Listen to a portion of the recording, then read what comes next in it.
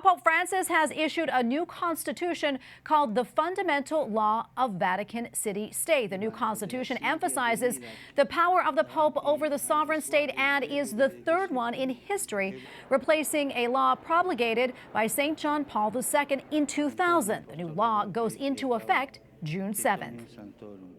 Joining us now from Rome is Andreas Thonhauser, EWTN Vatican Bureau Chief. Andreas, great to see you. So what more can you tell us about this new law? Well, it is quite a significant change to the legal framework of the Church, Tracy. And it's remarkable because of three things. First, it's a rare occasion. The last time it was Pope John Paul II who changed the fundamental law of the Vatican City State in the year 2000. The first constitution was issued already in 1929 following the Lateran Pacts and stayed in place until the turn of the millennium. Secondly, it empowers the laity, allowing laypersons to become part of the governing commission of the Vatican City State. Before that, and as is the case right now, only cardinals were allowed to be members. And thirdly, it emphasizes the sovereign power of the Pope over the state.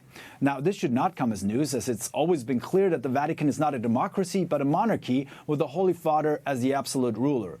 The new constitution also has another objective: to establish more transparency, a goal that Pope Francis also had with his reform of the Curia, the leadership of the global church. And Andreas, as we know, Pope Francis often urges transparency outside and within the church. Do you think this new legal framework will actually achieve that? Well, in a statement issued along with the new constitution, Pope Francis justified this new legal framework with the idea of modernization. He said he issued it, and I quote, to meet the needs of our time. And it's true, Tracy, the needs of a modern government have changed dramatically since the turn of the millennium. In the end, the Vatican is also a state with all the same challenges as states are facing today, from digitalization to money flows, international transparency, and government's requirements, etc.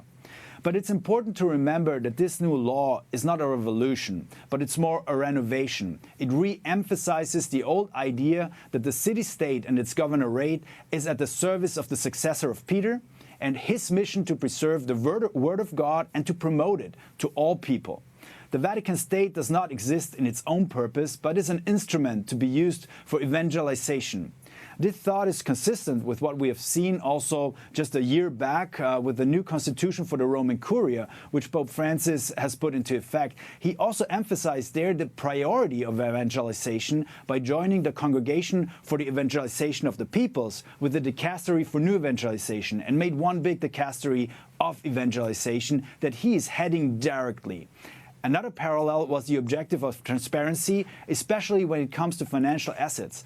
All were placed under one central management, namely the apostolic patrimony of the Holy See, or as we know it also as APSA.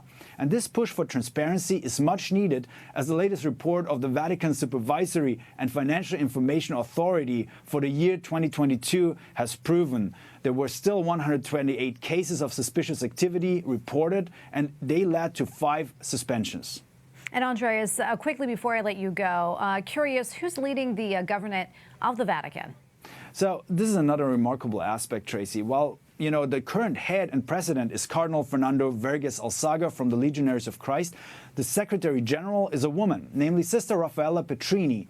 And given the new constitution, I personally at least believe, and that's a matter of speculation, that she or some other women religious or lay person might be named to helm the Vatican City State next.